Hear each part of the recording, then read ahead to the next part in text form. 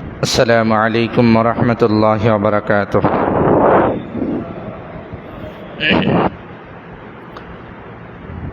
الحمد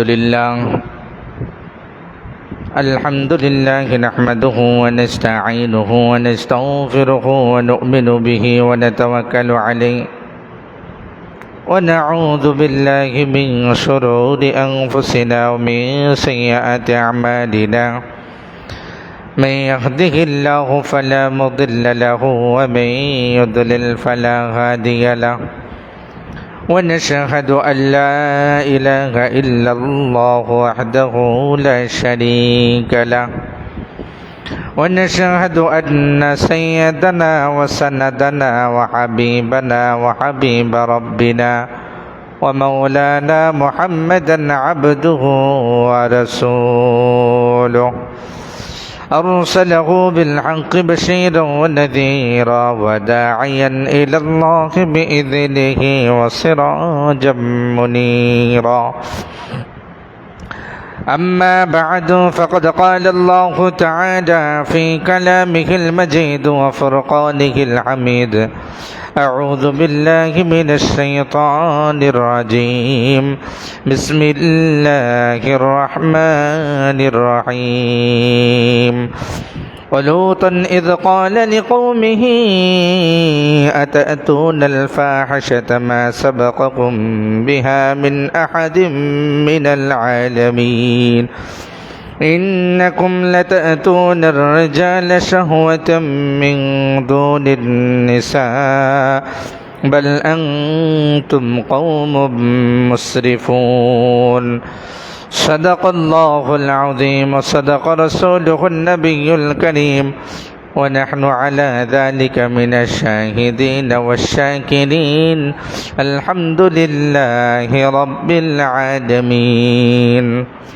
সকলে দরুদ ইব্রাহিম পড়ি। আল্লাহুম্মা সাল্লি আলা মুহাম্মাদ ওয়া আলা আলি মুহাম্মাদ কামা সাল্লাইতা আলা ইব্রাহিম ওয়া আলা আলি ইব্রাহিম إنك حميد مجيد. اللهم بارك على محمد وعلى آل محمد كما باركت على إبراهيم وعلى آل إبراهيم إنك حميد مجيد. سبحانك لا علم لنا إلا ما علمتنا إنك أنت العليم الحكيم. سبحانك لا علم لنا إلا ما علمتنا إنك أنت العليم الحكيم. الحمد لله.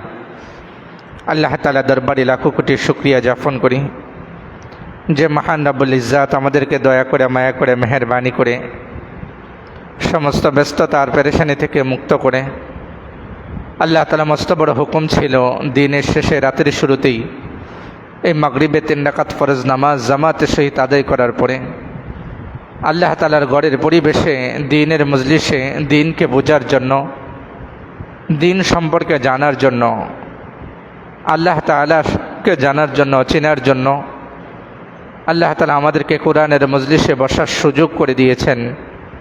এই দিনের মজলিসে বসার তৌফিক দান করেছেন। এই জন্য অন্তর থেকে কালিমাতুশ শুকর আদায় করি, বলি আলহামদুলিল্লাহ। আল্লাহ তাআলা বহুত বড় ফজল ও করম দয়া ইহসান যে আল্লাহ তাআলা আমাদেরকে আমাদের হায়াতের এই সময়, হায়াতের জিন্দেগির কিছু সময় কোরআনের মজলিসের জন্য বাছাই করছেন। এটা আমার আপনার জন্য বহুত বড় এক নিয়ামত। আজকে জমিনে হাজারো লাখো কোটি মানুষের বসবাস, কিন্তু আজ পৃথিবীর মানুষ মুষ্টিময় কিছু মানুষ ব্যতীত আর সারা দুনিয়ার মানুষ তার নিজের উদ্দেশ্য আর মাকসাদ, নিজের জিন্দগির উদ্দেশ্য আর মাকসাদকে হারায়া বলে তাদের জিন্দগি গাফলত অবস্থায় কাটাইতেছে। সে কে? তার জিন্দগির উদ্দেশ্য কি, মাকসাদ কি? তাকে কে সৃষ্টি করছে? পৃথিবীতে 700 কোটি মানুষের বসবাসের ভিতরে শুধু অল্প সংখ্যক কিছু মুসলমান তারা শুধু তাদের জিন্দিগির উদ্দেশ্য আর মাকসাদকে খুঁজে, আর বাকি সারা দুনিয়ার সমস্ত মানুষ তার হায়াতের জিন্দিগি গাফলত অবস্থায়, উদাসীন অবস্থায় কাফের মুশরিকদের এক স্লোগান, খাও দাও ফুর্তি করো, দুনিয়াটা মস্ত বড়, এক স্লোগান দিয়া দুনিয়া জিন্দিগি কাটাচ্ছে। এটা সে চিন্তা করে না আমি কোথায় ছিলাম, কোথায় থেকে আসলাম, আমাকে কে সৃষ্টি করলো, আমাকে সৃষ্টি করার উদ্দেশ্য কি, মাকসাদ কি, আমি কেনই পৃথিবীতে আসছি। আবার আমার চোখের সামনে মানুষগুলা পৃথিবী ছেড়ে চলে যাচ্ছে, তারা কোথায় যাচ্ছে, তারা কার কাছে যাচ্ছে, কেনই বা পৃথিবীতে আমাকে আল্লাহ পাঠাইলেন, কেনই বা নিয়ে যাচ্ছেন, আর আমার কাছ থেকে পৃথিবী থেকে আল্লাহ তাআলা আমার কাছে কি চায়, এই সমস্ত হিসাবগুলো আজকে মানুষ করে। এই চিন্তা ফিকির দুনিয়ার মানুষের নাই। 24টা ঘন্টা মুহূর্ত সময় তার গোটা জিন্দিগির উদ্দেশ্য মাকসাদ এটাই দুনিয়া। কি খাবে, কি পড়বে, কোথায় থাকবে, চিন্তা চেতনা 24টা ঘন্টা মুহূর্ত তার একটাই চিন্তা। কিন্তু দোস্ত, আল্লাহ তাআলা আমার আপনার জন্য বহুত বড় এক নিয়ামত যে আল্লাহ তাআলা দিন বোঝার জন্য আমার দিলকে তৈরি করছে। কোরআনের সোহবতে, কোরআনের মজলিসে বসার সুযোগ আল্লাহ তাআলা করে দিচ্ছে। এটা আমার জন্য বহুত বড় এক নিয়ামত। কেননা এই কোরআনের ভিতরে আল্লাহ তাআলা মানুষের জিন্দিগির উদ্দেশ্য কি, মাকসাদ কি আল্লাহ তাআলা স্পষ্ট করছে। নবীদের মাধ্যমে, আসমানের ওহির মাধ্যমে, নবীদের মাধ্যমে ব্যাখ্যা করে, কিতাবকে ব্যাখ্যা করে মানুষের জিন্দিগির উদ্দেশ্য মাকসাদ কি এটা বর্ণনা করছে। কিন্তু আজকে মানুষ কোরআনের সাথে সম্পর্ক না থাকার কারণে মানুষ তার জিন্দিগির উদ্দেশ্য আর মাকসাদকে বলে দুনিয়াকে আসল মাকসাদ, আসল উদ্দেশ্য মানে দুনিয়ার পিছনে মেহনত করছে। কিন্তু মুসলমান, আমাদের আসল মাকসাদ, উদ্দেশ্য, স্থায়ী ঠিকানা কি দুনিয়া না, আখিরাত, মৃত্যুর পরে জিন্দিগি। যে জিন্দিগি সংবাদ নিয়া 1,24,000 মতান্তরে 2,24,000 নবী রাসূলকে আল্লাহ তাআলা পৃথিবীতে পাঠাইছে, যে আখিরাতের পয়গাম নিয়ে আসছে। তারা আখিরাতের সুসংবাদ আর দুঃসংবাদগুলো নিয়ে আসছে দুনিয়াতে। মানুষের সফলতা কোন রাস্তায়, মানুষের সফলতা কোন রাস্তায়, মানুষের নাকাম কোন রাস্তায়, মানুষের ধ্বংস কোন রাস্তায়, মানুষের কামিয়াবি কোন রাস্তায়, সব কিছু স্পষ্ট করছে এই কোরআনের মাধ্যমে। এই জন্য আল্লাহ তাআলা বহুত বড় ফজল করম যে আল্লাহ তাআলা আমাদেরকে বসাইছেন। এইভাবে যদি আমরা কোরআনের মজলিসে বসতে থাকি, উলামায়ে কেরামের সোহবতে বসতে থাকি, দ্বীনকে চেনার জন্য, বোঝার জন্য যদি আমরা বসতে থাকি, শুনতে থাকি, জানতে থাকি, একসময় আল্লাহ তাআলা আমার হেদায়েতের রাস্তাকে খুলে দিবে। দ্বীন চিনা, হককে চিনা আমার জন্য সহজ হবে। এই জন্য এখানে প্রতি সপ্তাহে আলোচনা হয়, বিশেষ করে 2 সপ্তাহ বিষয়ভিত্তিক আলোচনা হয়। এই জন্য এই বিষয়ভিত্তিক আলোচনাগুলো যদি আমরা মনোযোগ সহকারে শুনি, তাহলে আমাদের জাহালত, অজ্ঞতা, মূর্খতা দূর হবে, আমাদের আসলে ইলম আমাদের অর্জন হবে। আজকের এই বিষয়বস্তু সম্পর্কে আমরা জানি, উপস্থাপক তিনি স্পষ্ট করছে আমাদের বিষয়বস্তু কি, বড় নাজুক এক বিষয়, সমসাময়িক এক বিষয়, যে বিষয়ে আলোচনা করার মতো আমি একত যোগ্যতা না, আর এটা আমার মাথায় ধরে না। যার ভিতরে আল্লাহ তাআলা মনুষ্যত্ব দিছে, যাকে সুস্থ আকল দিছে, সে এই বিষয়কে নিয়ে চিন্তা করবে যে এমন একটা গুনাহকে নিয়ে আসে মানুষ এমন একটা গুনাহ করতে পারে। মানুষের রুচিতে এমন একটা গুনাহ মানুষের বিবেকে জাগে। এটা কোনো বিবেক, এটা কোনো সুস্থ বিবেক কোনোদিন হইতে পারে না। সমকামিতা যে বিষয়কে আমরা নির্ধারণ করছি, এটা কোনো মানুষে করতে পারে, এটা কোনো মানুষের বিবেকে ধরে। আমরা শিক্ষিত সমাজ, সমকামিতা সম্পর্কে, সমকামিতার অর্থ কি এটা আমরা জানি। খোলাসা কথা আল্লাহ তাআলা কোরআনে কারিমে স্পষ্ট করছে সমকামিতা সম্পর্কে। আমরা এর ব্যাখ্যা আলোচনা করার, অস্পষ্টতা রাখার কোনো কারণই নেই। আমরা অনেকেই অনেক জায়গা বুজুর্গি দেখাই। আল্লাহ এবং আল্লাহ রাসূল যে সমস্ত বিষয়কে ওপেন খোলাসা কথা বলছে, এখানে খোলাসা কথা বলাই উত্তম। এখানে বুজুর্গি নেই। আল্লাহ এবং আল্লাহ রাসূলের থেকে বড় বুজুর্গ নাকি আমরা? তো আল্লাহ রাসূল, আল্লাহ তাআলা কোরআনে কারিমে স্পষ্ট করছে সমকামিতা, যেটা হলো পুরুষে পুরুষে, নারী নারী যে সঙ্গম হয়, তাদের যৌন চাহিদা যায় মিটায়, এটাকে সমকামিতা বলে। পুরুষে পুরুষে, নারী নারী পুরুষে নারী না, আল্লাহ তাআলা পুরুষ আর নারীকে, পুরুষ আর নারীর ভিতরে যৌন চাহিদাকে আল্লাহ তাআলা শরীয়তের বিধান মাধ্যমে আল্লাহ তাআলা হালাল করছে। আর নারী নারী পুরুষে পুরুষে বলেছে যৌন চাহিদাকে মেটানো আল্লাহ তাআলা সম্পূর্ণ হারাম করছে। দুনিয়া শুরু থেকে নিয়ে কিয়ামত পর্যন্ত এটা হারাম। কিন্তু বড় দুঃখ আর আফসোস আর পরিতাপের বিষয়, মানুষ নামের জানোয়ার যারা পৃথিবীতে এমন কিছু মানুষের বসবাস, এমন কিছু মানুষের আবির্ভাব করছে যাদের মস্তিষ্ক বিবেক একেবারে পছন্দ হচ্ছে, নষ্ট হয়ে গেছে, তারা এইটাকে একটা মানব অধিকার মনে করে। নাউজুবিল্লাহ। এরকম একটা নোংরা কাজকে, যেটা মানুষের বিবেকে ধরবে না, শরীয়ত কোরআন এইগুলা বাদ দেন, শুধু বিবেকের প্রশ্নেই আসে, সমকামিতার মতো একটা ভয়ঙ্কর গুনাহ, ভয়ঙ্কর অপরাধ, এত নোংরামি, এইটা আবার মানব অধিকার, এটা আবার কিভাবে হইতে পারে?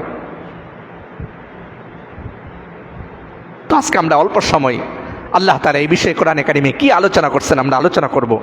পৃথিবীতে সর্বপ্রথম সমকামিতার আবির্ভাব, আবিষ্কারক কোন জাতি ছিল? এটা পৃথিবীতে আবিষ্কার কে করলো? কোন জাতি করলো? এটা কিভাবে আসলো? এর ইতিহাস আল্লাহ তাআলা কোরআনে কারিমে তুলছে।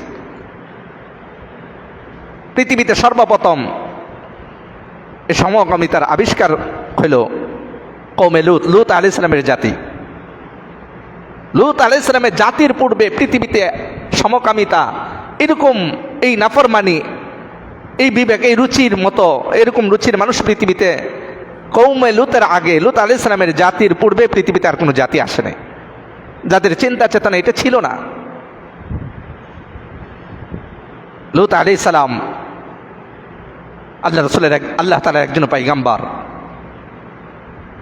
লূত আলাইহিস সালামের সংক্ষিপ্ত পরিচয় হলো আবুল আম্বিয়া, হযরতে ইব্রাহিম আলাইহিস সালাম, যে ইব্রাহিম আলাইহিস সালামকে নবীদের পিতা বলা হয়, আবুল আম্বিয়া বলা হয়। নবী ইব্রাহিম আলাইহিস সালামের মাধ্যমেই বংশধর থেকে পৃথিবীতে অসংখ্য অগণিত নবীদের আগমন ঘটছে। ইব্রাহিম আলাইহিস সালামের ভাতিজা ছিল হযরত লূত আলাইহিস সালাম। আল্লাহ তাআলা ইব্রাহিম আলাইহিস সালামকে হুকুম করছে, ও ইব্রাহিম, তোমার ভাতিজা লূতকে নিয়ে হিজরত করো। ইব্রাহিম আলাইহিস সালাম ইরাক থেকে, ইরাকের বাবেল শহর থেকে হিজরত করছে লূত আলাইহিস সালামকে নিয়ে। কোথায়? সিরিয়া, ফিলিস্তিনের দিকে। দামেস্কার সিরিয়ার মধ্যবর্তী একটা অঞ্চল, এটাকে সামুম গোত্র বলা হয়। ওই সামুম গোত্রর উপরে, সামুদ গোত্রের কাছে আল্লাহ তাআলা লূত আলাইহিস সালামকে পাঠাইছে। বলছে, হে লূত, এই গোত্রের জন্য তোমাকে নির্ধারণ করলাম। এই গোত্র মূর্তি পূজা, শিরিক, এই সমস্ত গুনাহ তো করতোই, নাফরমানি তো করতোই, আল্লাহ তাআলার সাথে শিরিক করতো। আর আল্লাহ তাআলার সাথে শিরিকের পাশাপাশি ভয়ঙ্কর একটা গুনাহ, এই সমকামিতার গুনাহের ভিতরে তারা লিপ্ত ছিল। এই ভয়ঙ্কর অপরাধের ভিতরে তারা লিপ্ত ছিল। এই জন্য আল্লাহ তাআলা শুধু এক নবীকে আল্লাহ তাআলা পাঠাইছে, এই জাতিকে এই গুনাহ থেকে ফেরাও, এদেরকে দাওয়াত দাও, এদেরকে এই ভয়ঙ্কর গুনাহ থেকে ফিরে আসার জন্য তুমি দাওয়াত দাও। তাহলে ইব্রাহিম আলাইহিস সালামের সাথে হিজরত করে এই সামুম গোত্রে এসে আল্লাহ তাআলা নবুয়ত দান করছে। এই গোত্রকে দাওয়াত দেওয়ার জন্য আল্লাহ তাআলা হুকুম করছে। আল্লাহ তাআলা এই কথা কোরআনে কারিমে লূত আলাইহিস সালামের কথা কোরআনের অসংখ্য আয়াতে বলছে। যদি আমি আলোচনা না করে শুধু কোরআনে আয়াতই পড়তে শুরু করি, তাহলে অনেক সময় এই আয়াতগুলোই পড়তে হবে। বিশেষ করে সূরা আরফে আল্লাহ তাআলা স্পষ্ট করছে, বিসমিল্লাহির রহমানির রহিম, ওয়ালুতান ইয ক্বালা লিকওমিহি আতাতুনাল ফাহিশাতা মা সাবাকাকুম বিহা মিন আহাদিম মিনাল আলামিন। আল্লাহ তাআলা বলছে যে, হে নবী, আপনি স্মরণ করেন ওই লূত আলাইহিস সালামের কথা। লূত আলাইহিস সালামকে আমি তার কওমের কাছে, অর্থাৎ ওই সামুম গোত্রের কাছে আমি পাঠাইছিলাম। কিসের জন্য? ইয ক্বালা লিকওমিহি আতাতুনাল ফাহিশা, তারা একটা ফাহেশা, জঘন্য অপরাধে লিপ্ত ছিল। মা সাবাকাকুম বিহা মিন আহাদিম মিনাল আলামিন, এমন এক ভয়ঙ্কর অপরাধে, এমন এক ভয়ঙ্কর নাফরমানিতে তারা ফাহেশা কাজে লিপ্ত ছিল। মা সাবাকাকুম বিহা মিন আহাদিম মিনাল আলামিন, যা ইতিপূর্বে পৃথিবীতে আর এরকম ভয়ঙ্কর গুনাহ করার মতো দুঃসাহস পৃথিবীতে কোনো জাতি, কোনো ব্যক্তি করে নাই। এমন এক ভয়ঙ্কর গুনায় তারা জড়িত ছিল এই কওমে লূত, এই লূত আলাইহিস সালামের জাতি সামুম গোত্র। তারপর আল্লাহ তাআলা বলেন, ইন্নাকুম লাতাতুনার রিজালা শাহওয়াতাম মিন দুনিন নিসা বাল আনতুম কওমুম মুসরিফুন। ইন্নাকুম লাতাতুনার রিজালা শাহওয়াতাম মিন দুনিন নিসা, নিশ্চয়ই তারা কি করত? পুরুষদেরকে বাদ দিয়া, ইন্নাকুম লাতাতুনার রিজালা শাহওয়াতাম মিন দুনিন নিসা, নারীদেরকে বাদ দিয়া তারা পুরুষে পুরুষে তাদের নিজেদের শাহওয়াত, নিজেদের খায়াসাত অর্থাৎ যৌন চাহিদাকে তারা মিটাইতো। নাউজুবিল্লাহ। নারীদেরকে তারা পরিত্যাগ করছে। আল্লাহ রাসূল বলছে, তোমরা তো এমন একটা জাতি, লূত আলাইহিস সালাম বলতেছে, তোমরা তো এমন এক ভয়ঙ্কর গুনাহতে লিপ্ত আছো যা ইতিপূর্বে কেউ করে নাই। তোমরা এই গুনাহ থেকে ফিরো। ইন্নাকুম লাতাতুনার রিজালা শাহওয়াতাম মিন দুনিন নিসা, তোমরা পুরুষ নারীদেরকে বাদ দিয়া পুরুষে পুরুষে তোমরা এরকম যৌন চাহিদাকে মিটাচ্ছ। ইন্নাকুম লাতাতুনার রিজালা শাহওয়াতাম মিন দুনিন নিসা বাল আনতুম কওমুম মুসরিফুন। এটা তো একেবারেই সীমা লঙ্ঘনকারী। তোমরা তো সীমা লঙ্ঘন করছো। নাফরমানি করতে করতে তোমরা একবারে সীমানা। লূত আলাইহিস সালাম, আখরিজুহুম মিন ক্বরিয়াতিকুম আখরিজুহুম মিন ক্বরিয়াতি জাওয়াবা কওমিহি। হে লূত, লূত আলাইহিস সালামের কওম লূত আলাইহিস সালামকে বলতেছে, কেননা সে পবিত্র, এত পবিত্র ব্যক্তি আমাদের সাথে থাকতে পারবে না, তাকে বের করে দাও। হুমকি ধুমকি দিচ্ছে। কোরআনে কারিমে আরো অসংখ্য আয়াতে আল্লাহ তাআলা বলছেন, লূত আলাইহিস সালাম তবুও তাদেরকে দাওয়াত দিচ্ছিলেন, বারবার দাওয়াত দিচ্ছিলেন। আল্লাহ তাআলা আযাবের ভয় দেখাচ্ছিলেন যে, হে জাতি, আমার জাতি, এই গুনাহ থেকে বাঁচো, এই গুনাহ ছাড়ো, না হলে আসমানের আযাবকে ভয় করো। আল্লাহ তাআলা তোমাদেরকে আযাব দিয়ে ধ্বংস করে ফেলবে। আল্লাহ তাআলা আযাবকে ভয় করো। তারা তাকাব্বুরের সাথে বলছে, তুমি এলাকা থেকে বাইর হয়ে যাও, আর তুমি কোন আযাব আসবে, কি আযাব আসবে আসতে বলো, আমরা এর মোকাবেলা করব। নাউজুবিল্লাহ। কোরআনে আয়াত আছে, কি বলছে? আমরা মোকাবেলা করব, আযাব আসতে বলো। ঠিক আছে, আল্লাহ তাআলা হুকুম করছে, হেলো, আপনি অপেক্ষা করেন। তারা যখন আযাবই চাচ্ছে, এই গুনাহ থেকে তারা ছাড়বে না, এই গুনাহ পরিত্যাগ করবে না, এই গুনাহতে লিপ্তই থাকবে। এরা যখন কোনো সুন্দর বালক দেখত, সুদর্শন কোনো যুবক, তারা ওই যুবকের উপরে ঝাঁপায় পড়ত। এত নোংরা ছিল। তখন আল্লাহ তাআলা সিদ্ধান্ত নিছেন এই জাতিকে ধ্বংস করবে। আল্লাহ তাআলা সুযোগ দিছে, নবীকে পাঠাইছে, একজন নবীকে নির্ধারণ করছে শুধু এই গুনাহ থেকে বাঁচানোর জন্য। এদেরকে আসমানের ভয়, আযাবের কথা বলে এদেরকে এই গুনাহ থেকে বাঁচানোর জন্য আল্লাহ তাআলা লূত আলাইহিস সালামকে এই জাতির উপরে পাঠাইছে। দীর্ঘ সময় দাওয়াত দেওয়ার পরে, আসমানের এই ওহী শোনানোর পরে, আল্লাহ তাআলা এই কথা শোনানোর পরেও তারা শোনেনি, আরো সীমা লঙ্ঘন করছে, লূত আলাইহিস সালামের সাথে খারাপ ব্যবহার করছে। আল্লাহ তাআলার আযাবের মোকাবেলা করার জন্য তারা আযাবকে ডাকছে। ঠিক আছে, আল্লাহ তাআলা এই জাতিকে কিভাবে ধ্বংস করছেন এর আলোচনা আল্লাহ তাআলা কোরআনে কারীম বলছে। আল্লাহ তাআলা নবীকে শোনাইছে কোরআন দিয়া। এই উম্মতকে কেন শোনাইছে? লূত আলাইহিস সালাম আমাদের নবী আসার আরো প্রায় ৭-৮ হাজার বছর পূর্বে কাহিনী। আমাদের নবী দেখছে নাকি? কে শোনাইছে? আল্লাহ তাআলা কোরআনে কারীম আয়াত নাজিল করে নবীকে শোনাইছে, নবী উম্মতকে শোনাইছে।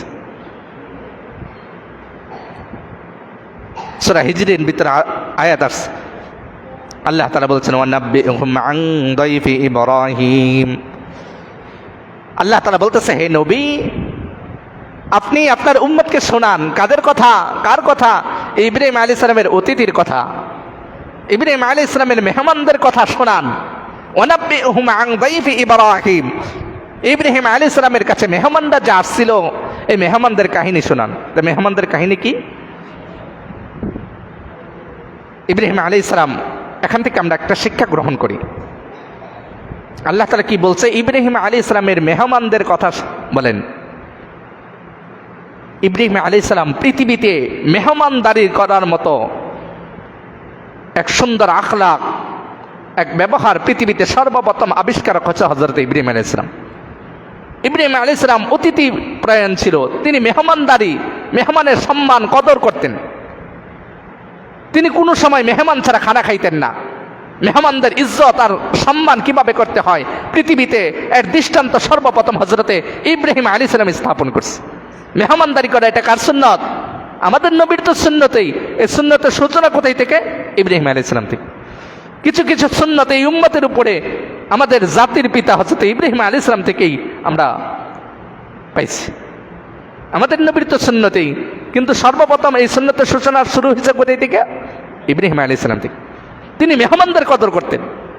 তিনার কাছে যদি কোনো মেহমান আসতে, তাকে মেহমানদারি না করে ইব্রাহিম আলাইহিস সালামের কাছ থেকে যেতে পারত না। ইব্রাহিম আলাইহিস সালাম কোনো বেলা মেহমান ছাড়া খানা খাইতেন না, এমন একটা সিফত ইব্রাহিম আলাইহিস সালামের কাছে ছিল। তো আল্লাহ তাআলা নবীকে বলতেছে, শোনান ইব্রাহিম আলাইহিস সালামের কাছে কিছু মেহমান আসছিল, মেহমানদের কাহিনী। ওয়ানাব্বিহুম আন দাইফি ইব্রাহিম ইয দাখালু আলাইহি ফাকালু সালামা। ইব্রাহিম আলাইহিস সালামের কাছে কিছু মেহমান আসলো, প্রবেশ করছে ইব্রাহিম আলাইহিস সালামের কাছে। প্রবেশ করে কি বলছে? ক্বালু সালাম, সালাম দিস। এই সমস্ত মেহমানরা কারা ছিল? তাফসীরে কিতাবে আসছে আল্লাহ তাআলা ফেরেশতা। কারা ছিল? মানুষের রূপ নিয়া, মানুষের আকৃতিতে মেহমান হিসাবে কার কাছে আসছে? ইব্রাহিম আলাইহিস সালাম। কতজন ছিল? তাফসীরের কিতাবে আসছে 2 জন, 3 জন, 10 জন, 12 জন। অধিকাংশ জায়গায় আসছে 3 জন, কিন্তু সাথে কে ছিল? জিবরিল আলাইহিস সালাম ছিল। ওই জামাতের সাথে, ওই ফেরেশতাদের দলে কে ছিল? জিবরিল আলাইহিস সালাম, মুআল্লিমুল মালায়েকা, সমস্ত ফেরেশতার সর্দার জিবরিল আলাইহিস সালাম ছিল। যখন ইব্রাহিম আলাইহিস সালামের কাছে তারা প্রবেশ করলো, ইয দাখালু আলাইহি ফাকালু সালামা ক্বালা ইন্না মিনকুম ওয়াজিলুন। ইব্রাহিম আলাইহিস সালাম আশ্চর্য হয়ে গেছে। ক্বালা ইন্না মিনকুম ওয়াজিলুন, তোমরা কারা? ভয় পেয়ে গেছে, মানে আশ্চর্য হয়ে গেছে, ভয় পেয়ে গেছে। এখন প্রশ্ন তাফসীরের ভিতরে আসছে, ইব্রাহিম আলাইহিস সালাম ভয় পাওয়ার কারণ কি? হঠাৎ করে ভয় পাওয়ার কারণ তাফসীরের ভিতরে বিভিন্ন ব্যাখ্যা লিখছে। 1 নম্বর কারণ হলো, হঠাৎ করে কিছু মানুষ, অপরিচিত কিছু মানুষ আপনার অনুমতি না নিয়ে আপনার ঘরে প্রবেশ করছে, আপনি জীবনে দেখেনও নাই, একদল মানুষ ঢুকে গেছে। স্বাভাবিক ঘাবড়ায় যাবেন, ভয় পাবো না? যাদেরকে চিনি না, জানি না, অনুমতিও নাই, কিন্তু তাদের চেহারার ভিতরে একটা রাগ, ভয়ঙ্কর একটা ছাপ ছিল। আযাব নিয়ে আসছে, এই আযাবের একটা ছাপ ছিল। ইব্রাহিম আলাইহিস সালাম দেখে ঘাবড়ে গেছে। ক্বালা ইন্না মিনকুম ওয়াজিলুন, বলছে তোমরা কারা? আমি তো আতঙ্কিত হয়ে গেছি তোমাদেরকে দেখে। তখন ওই ফেরেশতারা সান্ত্বনা দিচ্ছে। আল্লাহ তাআলা সব কোরআনে তুলে ধরছে ফেরেশতাদের কথা, ইব্রাহিম আলাইহিস সালামের কথা। ফেরেশতারা বলতেছে, ক্বালু লা তাওজাল ইন্না নুবাশশিরুকা বিগুলামিন আলীম। হে আল্লাহর নবী ইব্রাহিম, ক্বালু লা তাওজাল, ঘাবড়াবেন না, আতঙ্কিত হবেন না, ভয় পাবেন না। ইন্না নুবাশশিরুকা বিগুলামিন আলীম, আপনার জন্য একটা সুসংবাদ নিয়ে আসছি, আপনি ভয় পাবেন না। আমরা আল্লাহ তাআলার পক্ষ থেকে এক ফেরেশতা আপনার জন্য বড় সুসংবাদ নিয়ে আসছি। প্রথম ফেরেশতা বলেনি। ক্বালা ইন্না মিনকুম ওয়াজিলুন, এর মাঝে হলো যখন আসছে মেহমান আসার পরে ইব্রাহিম আলাইহিস সালামের কাজ কি? সাথে সাথে মেহমানদারি করানো। এখন তো ইব্রাহিম আলাইহিস সালাম মেহমান আসছে, সাথে সাথে খাবার দিচ্ছে সামনে, কিন্তু ফেরেশতারা খায় নাকি?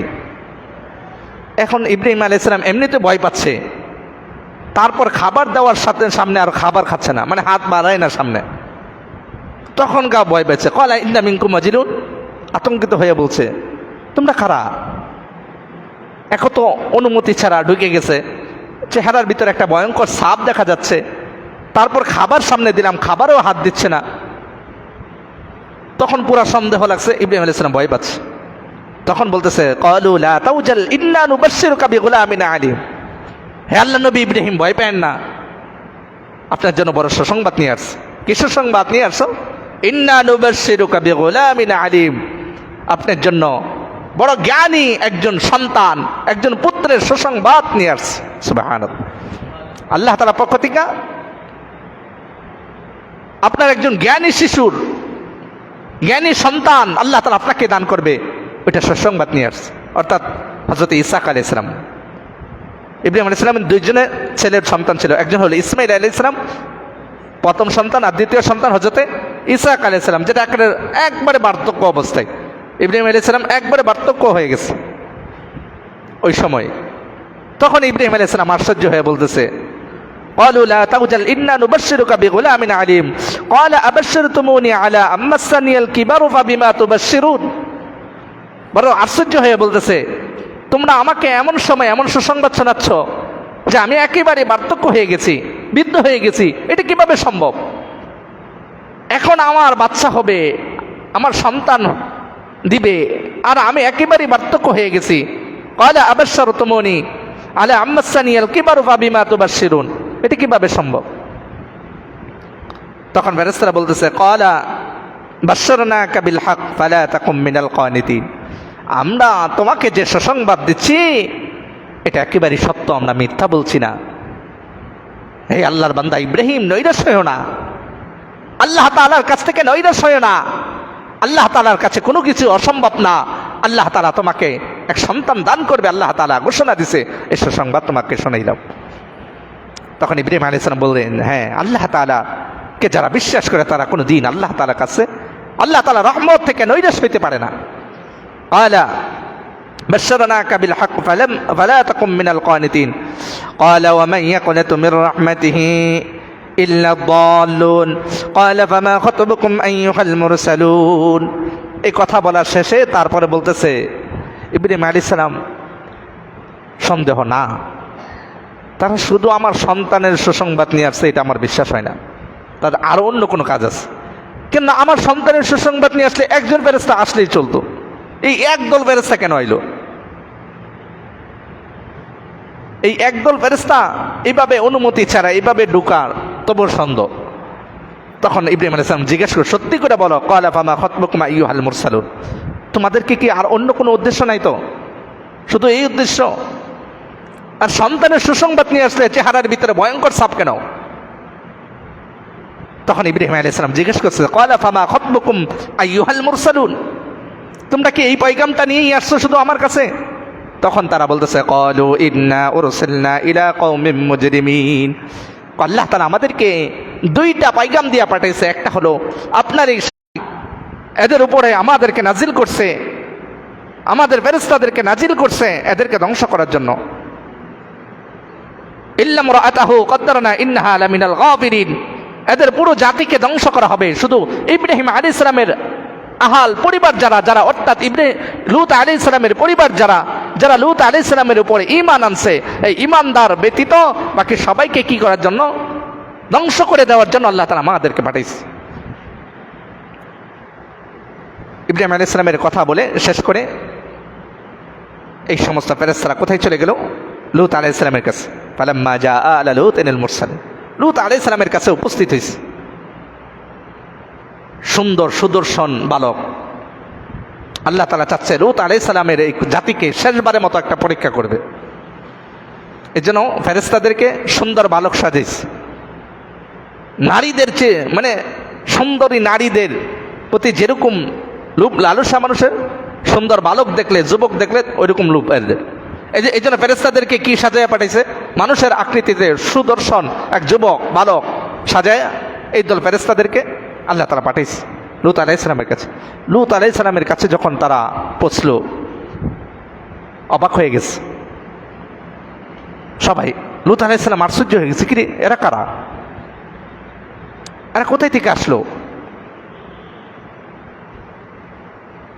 ফেরেশতা বলতেছে, আমরা আপনার মেহমান। কিন্তু লূত আলাইহিস সালাম তো পেরেশান, কিন্তু সে তো জানে তার জাতির সম্পর্কে। এরা যদি কোনো মতো শুনতে পারে তুমি না চলে যাও। লূত আলাইহিস সালাম জানে না ফেরেশতা যে। তখন বলতেছে, হে আল্লাহর নবী লূত, আপনি ভয় পায়েন না, আপনি কি করেন না, ভয় পায়েন না, চিন্তা করেন না, আমরা আল্লাহ তাআলার পক্ষ থেকে প্রেরিত ফেরেশতা, আপনার এই জাতির শায়েস্তা করার জন্যই আল্লাহ তাআলা আমাকে পাঠাইছে। রাত্রি হইতে দেন, আপনি কি করেন না, ভয় পায়েন না। লূত আলাইহিস সালাম মের বিবি তিনি ওই দলের অন্তর্ভুক্ত ছিল, সমকামিতার সাপোর্ট ছিল, অন্তর্ভুক্ত ছিল। এই সুন্দর সুন্দর বালকরা যখন লূত আলাইহিস সালামের কাছে আসছে, গোপনে খবর পৌঁছায় দিছে ওই জাতির কাছে, এই নাফরমানদের কাছে, যে তোমাদের লূতের কাছে তো সুন্দর সুন্দর বালকরা আসছে। চিন্তা করা যায়, একজন নবীর স্ত্রী সমকামিতাকে সাপোর্ট করতো, সমকামিতার সাথে জড়িত ছিল। সে তো সমকামিতা করতে পারে না, কেন? তো সে তো নারী, নারী আর পুরুষে তো সমকামিতা হয় না। কিন্তু সে কি করত? এদের সাপোর্ট দিত, এদেরকে সাহায্য করত, এদের দলভুক্ত ছিল। একজন নবীর স্ত্রী। এর জন্য দোস্ত বড় ভয়ঙ্কর, কেউ বাঁচতে পারবে না আযাব থেকে। লূত আলাইহিস সালামের স্ত্রী বাঁচে নাই, আল্লাহ তাআলা ওকেও ধ্বংস করছে। ওর পরিবারের ভিতরে যারা এই কাজে জড়িত ছিল, নবীর স্ত্রী হওয়ার পরেও আল্লাহ তাআলা ধ্বংস করে দিয়েছে। কেন? সমর্থন করত। মেরে দোস্ত, আজকে পৃথিবীতে যে জায়গায় সমকামিতার মতো ভয়ঙ্কর নাফরমানি চলছে, এটা যদি কোনো মুসলমান চুপ থাকে, এর বিরুদ্ধাচরণ না করে, তাহলে আল্লাহ তাআলা আসমানে আযাব থেকে কেউ বাঁচতে পারবে না, আমরাও পারবো না।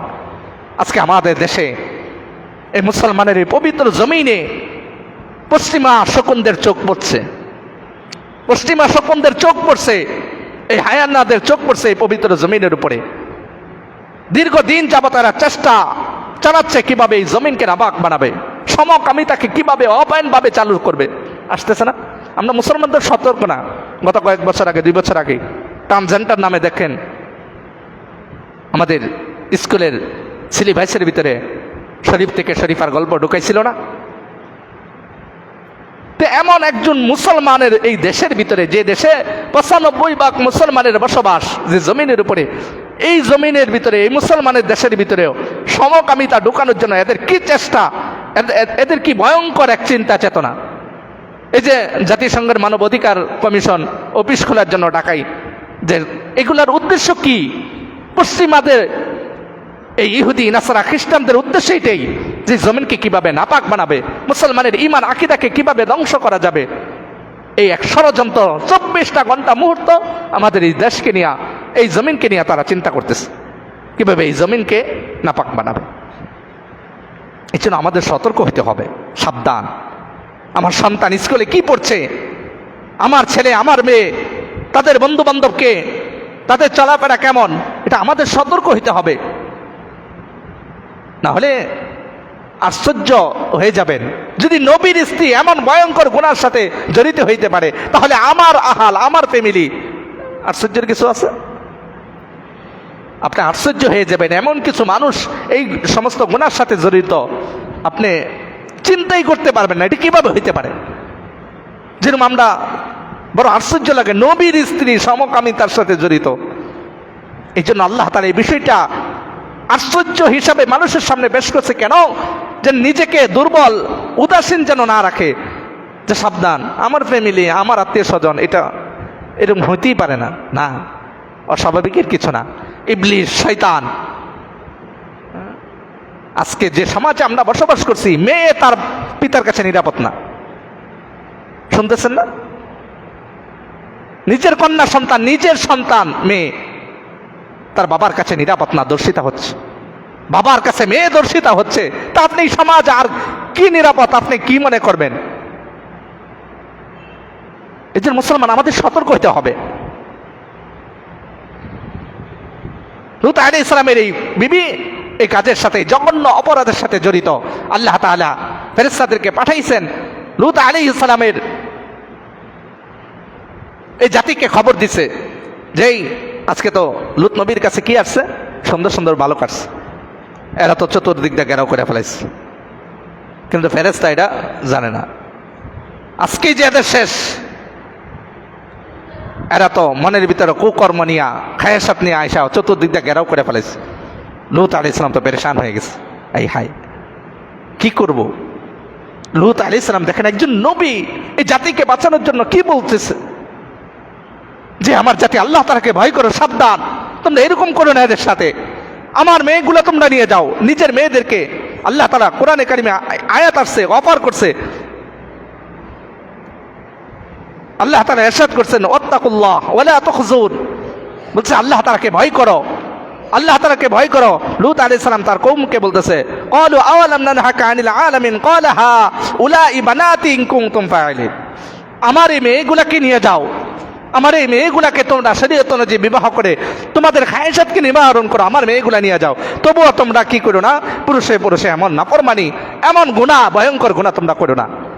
নিজের মেয়েগুলাকে পেশ করছে জাতির সামনে, আমার এই মেয়েগুলাকে ব্যবহার করো, তবু আল্লাহ তাআলাকে ভয় করো, এই সমকামিতা, এই নাফরমানি তোমরা করো না।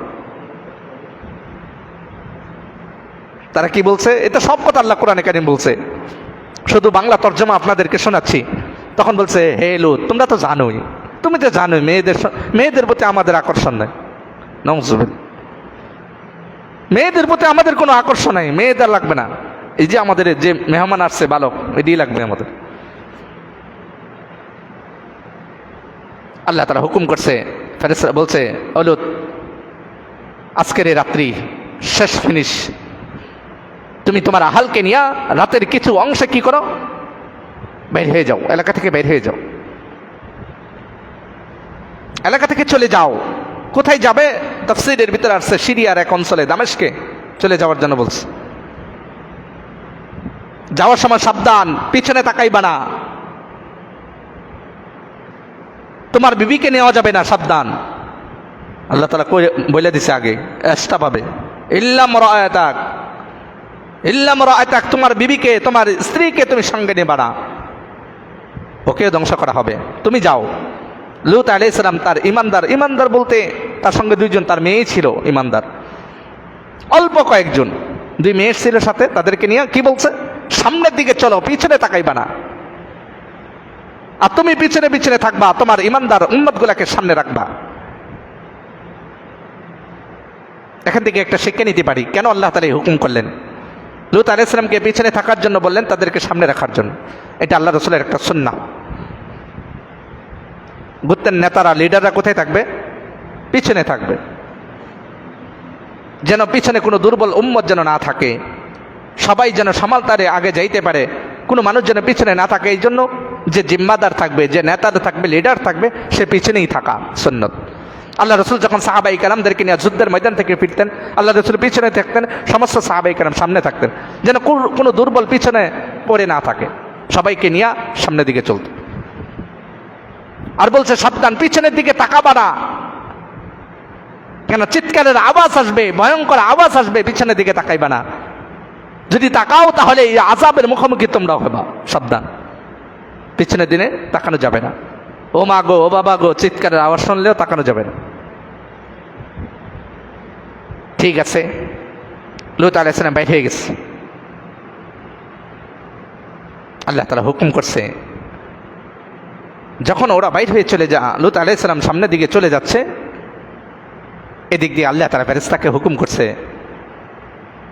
জমিনকে উঠাও।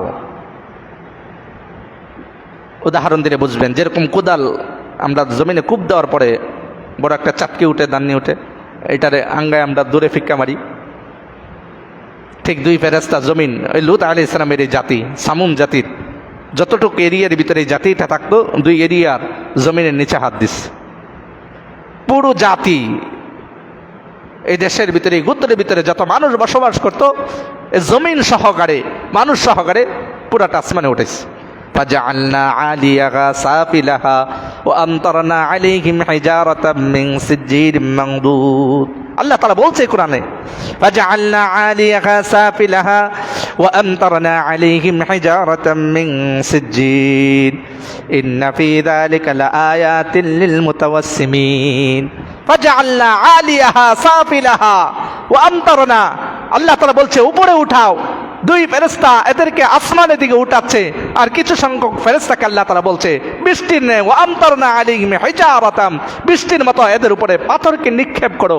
আসমান থেকে ফেরেশতারা পাথর নিক্ষেপ করে এদেরকে থেতলাচ্ছে, আর দুই ফেরেশতা আসমানের দিকে উঠাচ্ছে। বলেছে প্রত্যেকটা পাথরের ভিতরে নাম লিখে দিছে, কোনটা কার উপরে পড়বে, কোন পাথর কার উপরে পড়বে, এটা নাম লিখে দিচ্ছে। পাথরের ভিতরে নাম লেখা ছিল, কার জন্য কোন পাথরকে এরকম নির্ধারণ করা হয়েছে। পুরো জাতিকে আল্লাহ তাআলা আসমানে তুলছে, তোলার পরে পাথর দিয়ে এদেরকে থেতলানোর পরে আল্লাহ তাআলা বলছে উল্টায় দাও, উল্টায় জমিনে দাবায় দাও। সাথে সাথে আসমান থেকে উল্টায়া এমন ভাবে ছুটছে, বলেছে সাথে সাথে ওইখানে কি হয়েছে এখন জানি আমরা, লুত সাগর বলে, ডেসি কি শব্দটা জানি, ডেসি সাগর, মৃত সাগর। একবার আল্লাহ তাআলা জমিনের নিচে জাতি সহকারে, বাড়িঘর সহকারে, মানুষ সহকারে আল্লাহ তাআলা এমন নিচে টাপাইছে, আজকে এটা মৃত সাগরে পরিচিত। কিয়ামত পর্যন্ত এখানে কোনো প্রাণী জন্ম হবে না, কোনো গাছ জন্ম হবে না, কোনো মানুষ যেন কিয়ামত পর্যন্ত বসবাস করতে পারবে না। এটা সাগর, কিন্তু এই সাগরে কোনো পোকামাকড় নাই। এমন ভাবে লানতপ্রাপ্ত হয়েছে। আর আল্লাহ তাআলা এটা জমিনের উপরে অংশ নিদর্শন হিসাবে রাখছে, কিয়ামত পর্যন্ত যত নাফরমান, এই সমস্ত গুনাহ নিয়ে যত জাতি পৃথিবীতে আসবে, এরা যেন এই মৃত সাগর থেকে শিক্ষা নেই, এরা যেন দেখে এই কওমে লূতকে কিভাবে ধ্বংস করা হয়েছে, এরা যেন এটা থেকে শিক্ষা গ্রহণ করে। বলেন ওই কওমে লূত, ওই সামুদ জাতির ভিতরে, সামুম জাতির ভিতরে সবাই কি সমকামিতায় জড়িত ছিল? যারা 100 বছরের বয়স ছিল, ওই বৃদ্ধ মানুষ তো এই সমস্ত গুনাহ করতে পারতো না। লূত আলাইহিস সালামের বিবি তো এই সমকামিতা গুনাহ করতো না, কিন্তু সাপোর্ট করতো। কিন্তু আল্লাহ তাআলা এদেরকে ছাড় দিছে? আল্লাহ তাআলা কি এদেরকে ছাড় দিছে? না সবাইকে ধ্বংস করছে? সবাইকে ধ্বংস করেছে। আল্লাহ তাআলা বুঝাচ্ছে নাফরমান জমিনে যদি কোনো নাফরমানি শুরু হয়, আর এটাকে যদি কেউ বন্ধ না করে, এটাকে প্রতিবাদ যদি না করে, এটাকে বন্ধ করার চেষ্টা ফিকির যদি কেউ না করে, চুপ থাকে, তাহলে সেই যেন কি এটাকে সাপোর্ট দিল। আযাব কিন্তু তাকেও ছাড়বে না, আযাব তাকেও ধরবে। এজন্য মুসলমান আমাদের সতর্ক হইতে হবে। এই ভয়ঙ্কর নাফরমানি গুনাহ, বিশেষ করে আমার এই মাতৃভূমি, এই জমিনের উপরে এমন কোনো নাফরমানি যেন না আসে। এটা যেন রাষ্ট্রীয়ভাবে এমন কোনো উচ্চারণ শব্দ যেন এই রাষ্ট্রের কোনো মানুষ না করতে পারে, এটা আমাদের সতর্ক হইতে হবে। যদি না হই, তাহলে আল্লাহ তাআলার কাছে আমাদেরকে জবাবদিহি করতে হবে, আযাবের মুখোমুখি আমাদেরকে হইতে হবে। আজকে এই সমকামিতার গুনাহ পৃথিবীর অসংখ্য দেশে হচ্ছে, কিন্তু আল্লাহ তাআলা এই জাতিকে কেন ধ্বংস করে না? এতদিন তো আমাদেরকে ধ্বংস করে দেওয়ার কথা ছিল। কত জাতিকে, কওমে লূত, কওমে আদ, কওমে সামুদ, এই সমস্ত গুনার কারণে আল্লাহ তাআলা এদেরকে সমূলে ধ্বংস করছে। কিন্তু ওই সমস্ত জাতিরা যে সমস্ত গুনাহ করত, এই উম্মতের ভিতরে সমস্ত গুনাহ আছে না? কওমে লূতের গুনাহ, সমকামিতার গুনাহ এই উম্মতের ভিতরে নাই? পৃথিবীর ইউরোপ কান্ট্রিগুলোতে দেখেন ওপেন, এইটারে তারা মানব অধিকার মনে করে। আর আমাদের দেশে সূক্ষ্মভাবে ট্রান্সজেন্ডার নামে শরীফ থেকে শরীফার গল্প দিয়ে সুন্দরভাবে আমাদের দেশে ঢোকানোর চেষ্টা, ষড়যন্ত্র চলছে।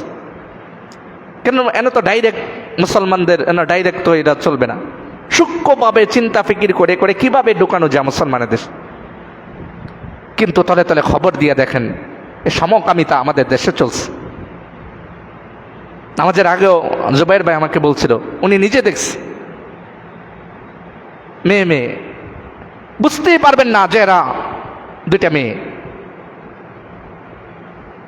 পুরোপুরি ছেলে সাজা তারা গুনাহ করতেছে। পত্র পত্রিকায়, মোবাইলে আপনার তো খবর পাচ্ছি। এই জন্য আমাদের সতর্ক হতে হবে, সোচ্চার হতে হবে, এটা নিয়ে আওয়াজ তুলতে হবে। যে কোনো সময় যদি এটা নিয়ে কোনো আওয়াজ আসে, বিশেষ করে রাষ্ট্রীয় ইহুদি, নাসারা, খ্রিস্টান, নাস্তিকরা যদি আমাদের এই দেশের ক্ষমতায় গিয়া এরা বিশেষ করে এটা নিয়ে বেশি আলোচনা করে, মানব অধিকারের নামে এরা এইগুলোই বোঝে, আর অন্য কোনো মানব অধিকার এরা বোঝে না। এই জন্য আমাদের মুসলমান আমাদের সতর্ক হতে হবে, না হয় আল্লাহ তাআলা আযাবে আমরা ধরা খেয়ে যাব। আল্লাহ তাআলার কাছে জবাবদিহি আমাদেরকে করতে হবে। এই লূত আলাইহিস সালামের এই জাতির এই কাহিনী, ইতিহাস আল্লাহ তাআলা আমাদেরকে শোনার উদ্দেশ্য কি, মাকসাদ কি, যেন আমরা সতর্ক হই, আমরা শিক্ষা গ্রহণ করি। কিয়ামত পর্যন্ত এমন কোনো মানুষ যেন, এমন কোনো জাতি যেন দুনিয়াতে না আসে, আর আসলে তারা যেন ওই জাতি থেকে শিক্ষা গ্রহণ করে। এই জন্য আমরা সতর্ক হব। আল্লাহ তাআলা যে লূত আলাইহিস সালামের যে ঘটনা আল্লাহ তাআলা কোরআনে কারিমে বর্ণনা করছে, যাদেরকে আল্লাহ তাআলা এইভাবে সমূলে ধ্বংস করছে, আল্লাহ তাআলা উম্মতকে ধ্বংস করে দিত। কিন্তু হুজুর সাল্লাল্লাহু আলাইহি ওয়াসাল্লাম আজ থেকে 1450 বছর আগে আল্লাহ তাআলার কাছে দোয়া করছে যে আল্লাহ, আপনি অনেক জাতিকে, পুরো জাতিকে আপনি সমূলে ধ্বংস করে দিয়েছেন, আমার উম্মতকে ধ্বংস করেন, আমার উম্মতকে আপনি একেবারেই গুনার কারণে ধ্বংস করে দিয়েন না। আল্লাহ তাআলার কাছে 1450 বছর আগে আমাদের জন্য দোয়া করছে। আর আল্লাহ রসুলের এই দোয়ার বারাকার কারণে আল্লাহ তাআলা আল্লাহ রসুলের এই দোয়াকে কবুল করছে। আর এই দোয়াকে কবুল করার কারণে আজকে আমাদেরকে সমূলে ধ্বংস করতেছে না। নাহলে আমরা যে নাফরমানি করতেছি এতদিন কি ধ্বংস হয়ে যাওয়ার কথা, মাটির নিচে ডাবায় দেওয়ার কথা। মূর্তি পূজককে আল্লাহ তাআলা ধ্বংস করছে, পৃথিবীতে মূর্তি পূজক এখন নাই। অগ্নি পূজকদেরকে আল্লাহ তাআলা ধ্বংস করে দিছে, পৃথিবীতে অগ্নি পূজক নাই। সব নাফরমানি জমিনে চলছে, কিন্তু আল্লাহ তাআলা আরামে জমিনে বসবাস করছে। কিসের কারণে?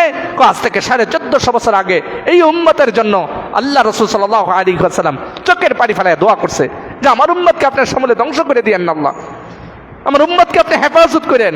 নবীর দোয়ার বারাকার কারণে আজকে আমরা বেঁচে গেছি।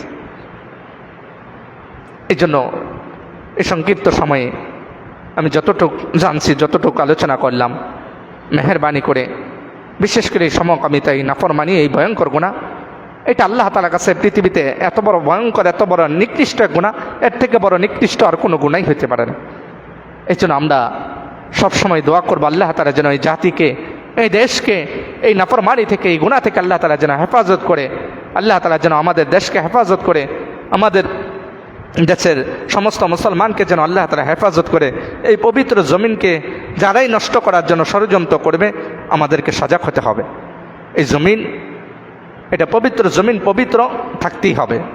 আর এটার জন্য আমাদেরই চেষ্টা, ফিকির, মেহনত, এটা আমাদেরই করতে হবে। আল্লাহ তাআলা আমাদের প্রত্যেককে আমল করা তৌফিক দান করুক। ওয়া আখিরি দাওয়ানা আলহামদুলিল্লাহি রাব্বিল আলামিন। এশারের পরে আলোচনা হবে, আমরা এরকম ধৈর্য সহকারে শোনার চেষ্টা করব।